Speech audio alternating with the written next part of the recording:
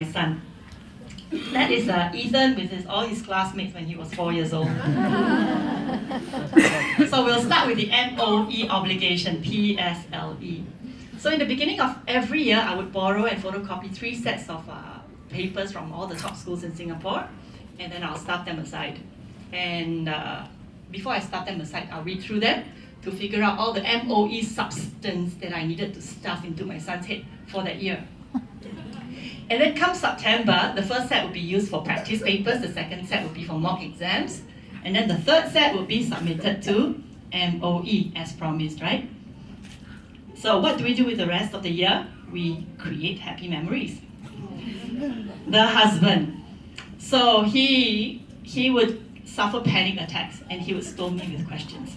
How will he ever blah blah blah? Will he ever find friends? Will he ever have a future? And then I would knock him off and I said, he will. It will be by magic. He would fume on the other end of the phone, and then, because I would hang up. You see, because he works in China, for over 10 years, and I kind of solo parented in Singapore without his consent. So, yeah, but truthfully, the children do magically grow up and sort themselves out. Yeah, I mean, we can't force the plant to grow, but we can provide it with the best environment and then nurture it and then wait patiently for them to bear fruit, right?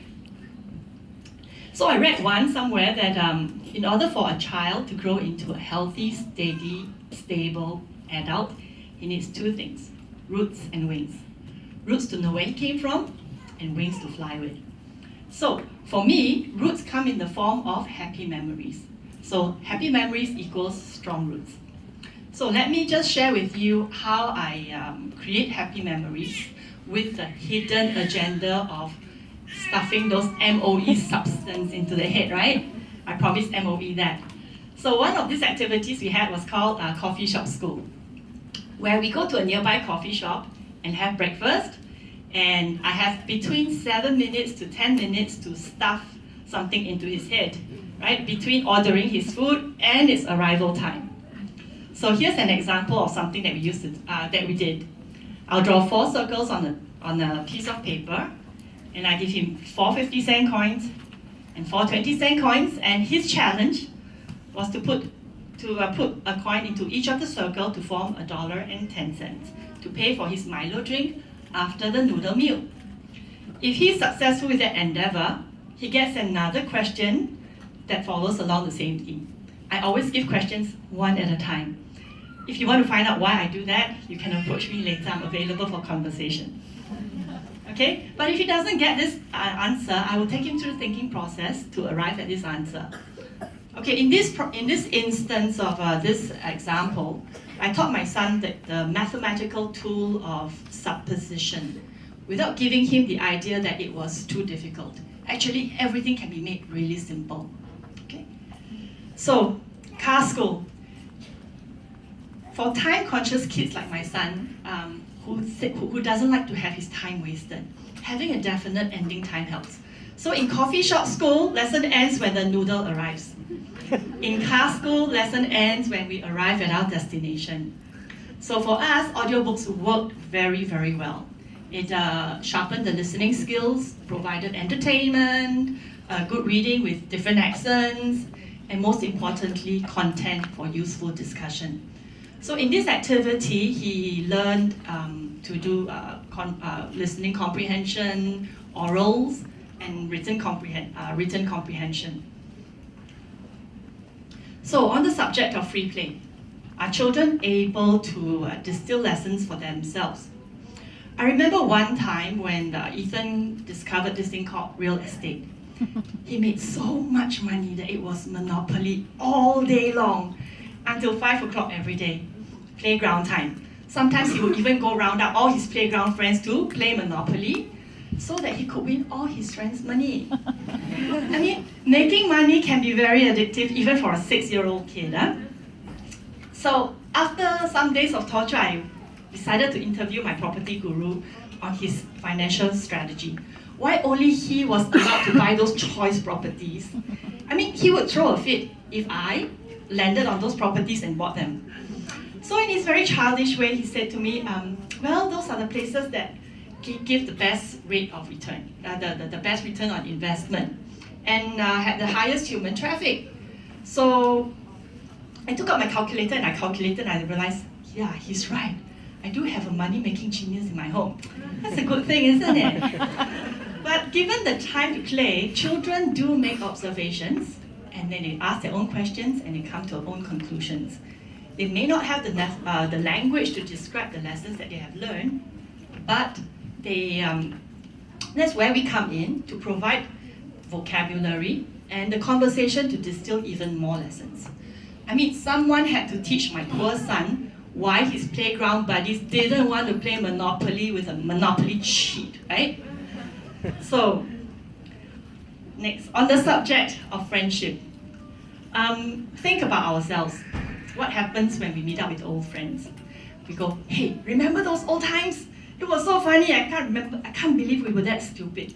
You know, whatever it was, memories don't come out of nowhere. They evolve through common projects, right?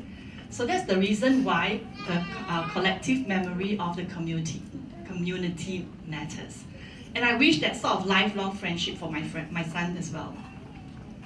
So, some years ago, a mom with very young children initiated a huge play date, the homeschool sports day. So she mooted the subject to the idea to the whole homeschool community and everyone chipped in. We made friends, we had fun, laughter, and lots of pictures to add into our albums. So Yami's kid is one of them. So that is, you see the three boys over there, Ethan, Kuan, and Iksan. They did not know each other then, but eventually they became PSLE buddies. Yeah? And now that they are 16, they all turned 16 this year, they still meet up.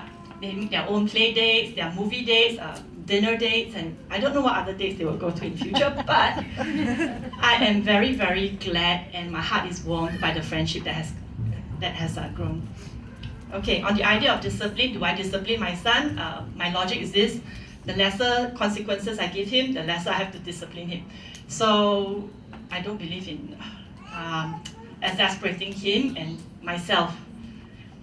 So I've talked quite a bit about growing rooting with happy memories. But what about growing wings?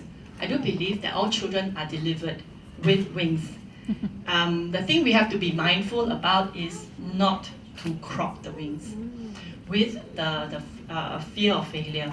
So if we give them room, children will take risks, yeah, with the permission to fail. And imagination, curiosity, failure, rising up again, all these are vital ingredients for wings to grow strong. So to wrap up, I have to tell you that my son found his element in gymnastics. He's now with the national team. He travels for camps and for competitions with the team. Has a pretty healthy international network of friends. So the husband's worry were unfounded, right? So some people ask me, how do you engineer a kid to be like that? The answer is you can't. You can only observe and work with whatever gifts you have in your hands. I mean, seriously, if your child is jumping on your bed, jumping on the sofa, hiding under the table and stuff like that, don't send him to a doctor or tie him to a chair. You send him to the gym to convert those energy into useful currency, right? Decode your kid. So, okay, last year he was awarded the Peter Lim Scholarship for high performance. We are very grateful for that opportunity. And whether or not he becomes a career gymnast is anyone's guess. As far as we are concerned, I function in the now, and I leave the future and trust it to take care of itself. Yeah? And then with roots and wings, the child will grow into a stable man that bears good fruit. Thank you. Truly magic.